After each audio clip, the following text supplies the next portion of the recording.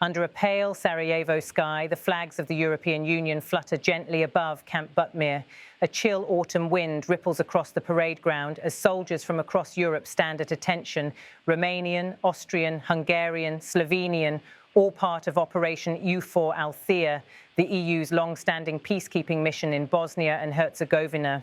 The faint thump of helicopter blades grows louder overhead, drawing the soldiers' gaze skyward. Moments later, the motorcade of the EU's High Representative for Foreign Affairs and Security Policy, Kaja Kallas, enters the base. The visit is symbolic and deliberate, coming just days after the United Nations Security Council voted unanimously to renew the EUFOR mandate for another year. For Brussels, it is not only a renewal of authority, but a renewal of commitment, a reminder that Europe still stands guard over the fragile peace forged in this small Balkan country 30 years ago. Kallas steps out of her vehicle, greeted by Romanian Major General Florin Marian Barbu, the EUFOR commander. Behind them, Ambassador Luigi Soreca, head of the EU delegation to Bosnia, joins the reception. The air hums with precision, salutes, camera shutters, and the rhythm of boots striking the gravel. As the EU anthem, Beethoven's Ode to Joy, fills the air, Kallas stands on the makeshift stage beside the general. Her expression is composed but firm. When she speaks, her voice carries through the courtyard. I am delighted that the United Nations Security Council voted unanimously to renew the mandate of Operation EUFOR Althea. The whole world recognizes that you keep Bosnia and Herzegovina safe. Her words draw a sense of pride among the troops. For many of them, the mission is not glamorous, but it is vital.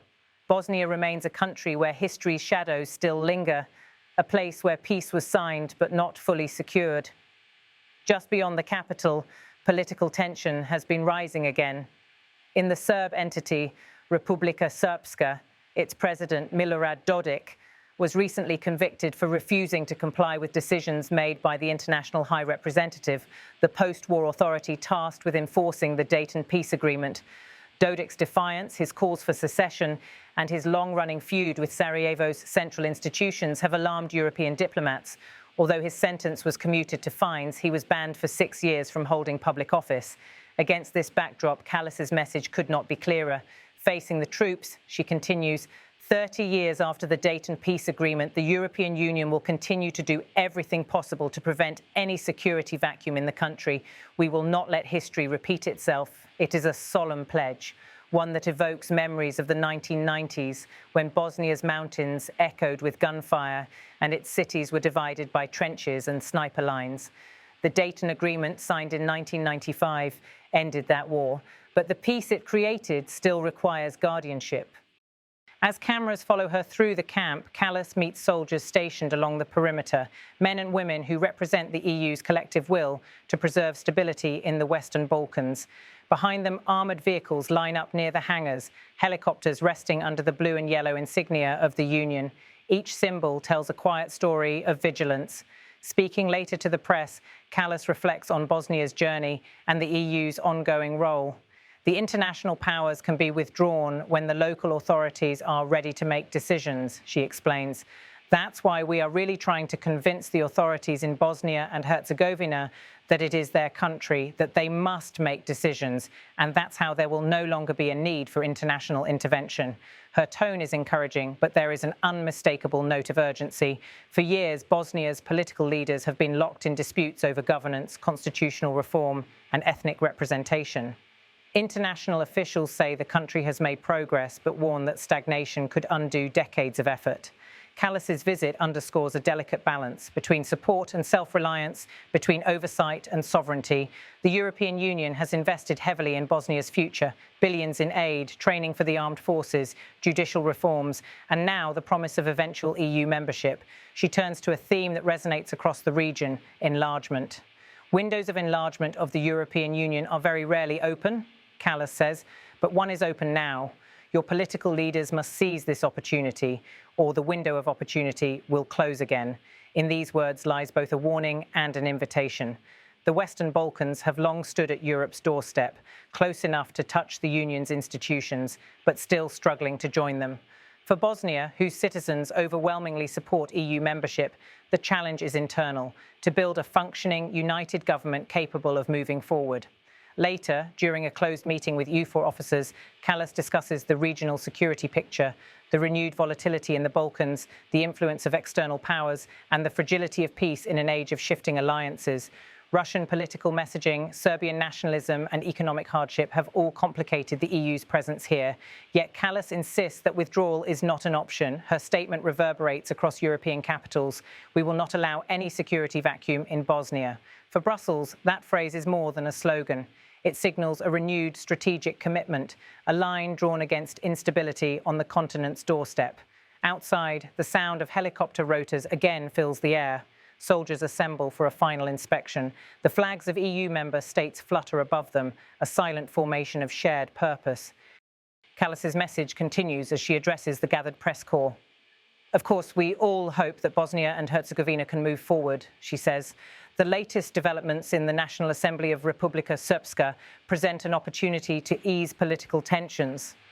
Free and fair presidential elections could restore trust in local authorities. The mention of elections is deliberate.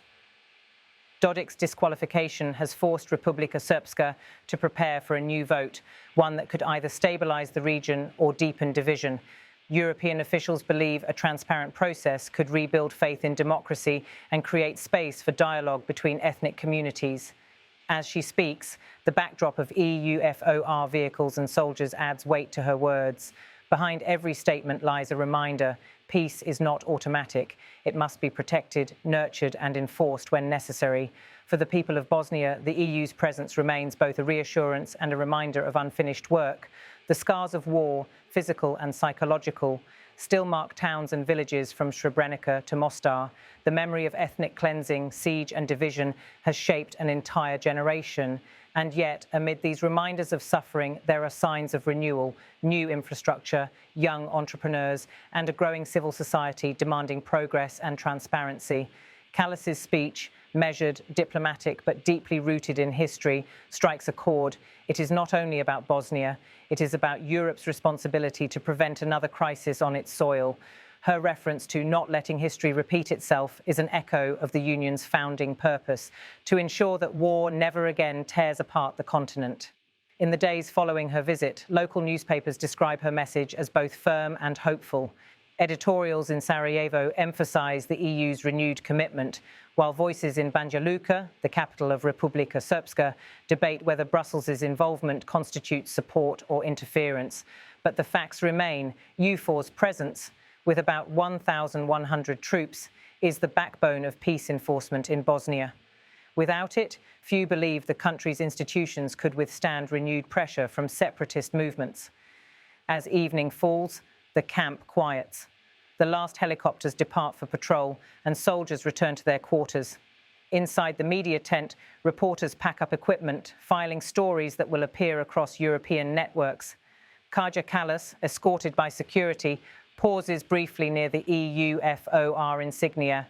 She looks out toward the surrounding hills, green, peaceful, and deceptively calm. Her final words of the day, spoken privately to a group of EUFOR officers, capture the essence of her mission. Peace is never a given. It must be earned, protected, and passed on. Bosnia is part of Europe's peace, and Europe will stand by it. The convoy departs under fading light. The base returns to its routine rhythm. Guards at the gate, patrols in motion, the EU flag illuminated against the darkening sky. In Sarajevo's old city, the call to prayer drifts from minarets, mingling with the toll of church bells, the sound of a nation still learning to coexist. And in that balance, between past and future, between memory and hope, Kaja Kallas's words linger. Europe will not allow a security vacuum in Bosnia. Europe will not let history repeat itself. It's also why I'm pleased that on Friday, the UN Security Council unanimously voted to renew the mandate of Operation EUFOR Althea. The world recognizes that you keep Bosnia and Herzegovina safe. 30 years after the Dayton Peace Agreement, the European Union will keep doing everything we can to prevent any security vacuum in the country. We will not let history repeat. of the issue. The international powers can be faded out when the local authorities are ready to make decisions. And that's why we really tried to convince the authorities in Bosnia and Herzegovina that it is their country, they need to adopt decisions, and then also there is no need for the international intervention, because it's true. Windows of enlargement of the European Union are very rarely open, but one is open now. Your political leaders have to grab this opportunity, or the window of opportunity will close again. Of course, the hope we all share is that Bosnia and Herzegovina can move forward. The latest developments in the National Assembly of Republika Srpska are a chance to ease the political tension. Free and fair presidential elections could restore trust in local authorities. The people